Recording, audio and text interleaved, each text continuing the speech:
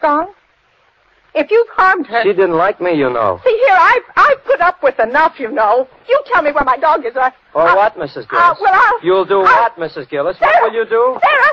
She's gone, Mrs. Gillis. I told you that. You've harmed my dog. Have I? You killed her. Oh, poor old Sarah who never heard a thing. She would have hurt me. You're bad, Howard. You're wicked. You're wicked. You're a coward. I'm not a coward, Mrs. Gillis. Yes, you are. Cowards are afraid to kill. Only a coward would kill a poor old dog.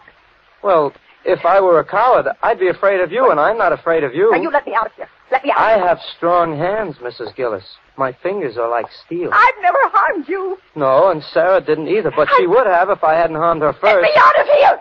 You're getting very noisy, Mrs. Gillis. Perhaps if I locked you in this closet, you'd calm down a bit. Howard! Howard!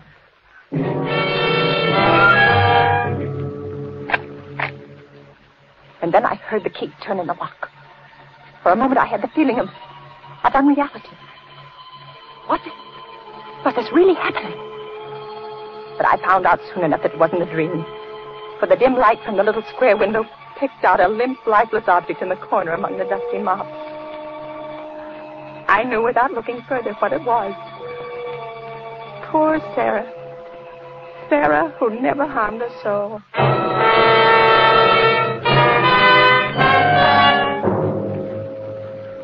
I don't know how long he kept me there. I could hear him moving about the house, but he finally came back. He spoke to me through the door. Have you calmed down, Mrs. Gillis? Yes, Howard. Yes. Let me out. Why? Well, because it's warm in here. Because I want to get out. You were looking for your dog, weren't you? Well, never mind about that, Howard. Just let me out. You know, Mrs. Gillis, if I kept you in there, you wouldn't be able to spy on me ever again. I won't spy on you, Howard. Please let me out. Do you know what I've been doing, Mrs. Gillis? No. I've been doing your den floors, just like you asked me to. And that's fine, Howard. It was fine being able to work peacefully, knowing that you were someplace where you couldn't bother me. I won't bother you, Howard. It was very peaceful. Nobody to bother me. Let me out, Howard. Will you promise to do as I tell you? Yes, I promise. Anything? Anything. Very well, then.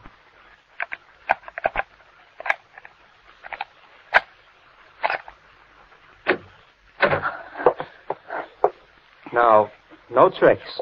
No. Feel my hands, Mrs. Gillis. He held them out before him. They were thin, weird-looking hands. Then he turned them over slowly, and he looked down at them. Are they nice hands, Mrs. Gillis? Yes. Yes, they're nice hands. But you haven't felt them. I knew better than to argue, and I forced myself to take hold of one of them. It was icy cold, and the floor wax had made it sticky. Have your sons as nice hands as these? Oh, no. No, they haven't. But they got into the army, didn't they? I'm just as good as they are, you know. Oh, of course you are, Howard. Wouldn't you like some food, lad? You haven't eaten all day, you know. Some food would be good. Let me fix you some. Mrs. Gillis, you know, a woman I worked for once said my hands were weak. She did? Yeah, but she soon found out, however. Well, here. Here now, lad, I have some nice cold roast in the icebox. I taught her a lesson. And it'll only take me a minute to fix some salad. Are your son's hands strong, Mrs. Gillis? Not as strong as yours, Howard. Well, I'll set the table right away. Mrs. Gillis, feel my hands again. They're like steel, you know.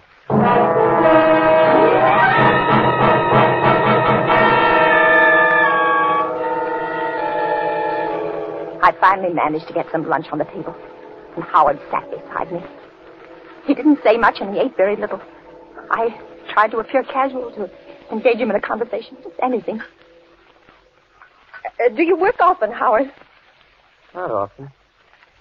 Well, do you have trouble finding jobs? Well, people are anxious to find help these days, weren't you? Yes, to find help. Mrs. Gillis, they're looking for me. Who, Howard? Well, I don't know exactly. The people I worked for last, I guess. Well, was that here, in this town? Oh, no. It was in another town. Everyone was looking for me, so I went away. It was horrible to be spied upon, Mrs. Gillis. Do you know what it is to be spied upon? No, I don't. Would you like to know? No, I wouldn't, Howard. I think I'll spy on you for the rest of the day so that you'll know how it feels. No, Howard. Whatever it is you want, just take it and go away. There's nothing I want, Mrs. Gillis. I only want to stay here with you. I can't stand it, Howard. I can't. I am an old woman. Now, please go away and leave me alone. I'm not going away, Mrs. Gillis. There's still a job to be done. I'll go away after I've done everything that's to be done. Howard, I have some money here in my pocket. I got it upstairs for you. It's a great deal, and I'll give it to you. I don't want your money, Mrs. Gillis. Well, then go away. Oh, that would be foolish. Then you tell her. Oh, no, I wouldn't. I wouldn't really, Howard. Go away, and I'll never tell her so that you've been here. I won't tell her so. I don't believe you, Mrs. Gillis, and I don't trust you. There's only one way of being certain that you won't tell, and that... My heart jumped.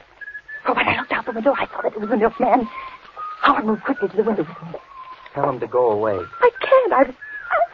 I've ordered some extra things. And go into the storeroom until he goes. I can't, Howard. He knows I'm here, and he'll expect me to pay him. You promised to do as I told you. Now, will you tell him to go away?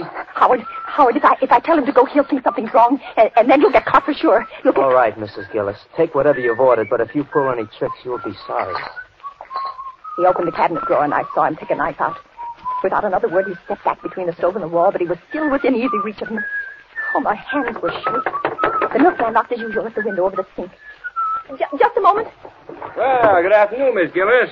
Good afternoon. Lovely day, isn't it? Yes, it is. Miss Gillis, I think I have good news for you. Oh, you have? Yeah. Beginning the 1st, I think we're getting some badly needed help. In the future, your deliveries will be made in the early morning. Well, that's nice. I don't believe you ever did like these late deliveries, did you? Well, I had never really minded. Well, if all our customers were like you, Miss Gillis, it wouldn't be such a bad world. Here you are. 1 quart of milk, a pint of half and half. Bye, Miss Gillis. But the extra things, you forgot them. The extra things? Yes, the extra things. Now, don't tell me you've forgotten the eggs and the butter. I'll get them right away. Mrs. Gillis, I'm going to give you one more chance. When he comes back, you're going to get rid of him. Do you hear? And if you give me away, I'm going to kill you. I'll kill you before he can get inside this house, and I don't care what happens to him. I won't give you away, Howard. I won't give you away. I'll only pay him. I have to do that. Shut up and remember. Well, here you are, Miss Gillis. Thank you. Anything else? No, that's all. Miss Gillis, I'm sorry, I can't stop to talk to them. Howard stood for a moment behind the stove. His eyes were blazing. Then he spoke without moving. You're very clever, aren't you, Mrs. Gillis? What do you mean? You thought you were going to put something over on me, didn't you? I sent him away, didn't I? The extra things you ordered. There weren't Yes, any. there were. You saw him. You heard him. He didn't know what you were talking about. The milkman had returned. He stood outside the window. Howard looked at me, and I saw his knuckles go quiet as he clutched his knife. This is your last chance. Get rid of him. Yes, I will. Howard, I will. Sorry to bother you again, Miss Gillis, but you forgot the points on the butter. Oh, yes. Yes, the ration point. Here you are. Sorry I had to bother you, Miss Gillis, but you see, I have to accomplish... Yes, I'm busy. Can't you see I'm busy? Tell me when he's gone, Mrs. Gillis. I stood by the window and watched. He got into his truck, and then he drove off.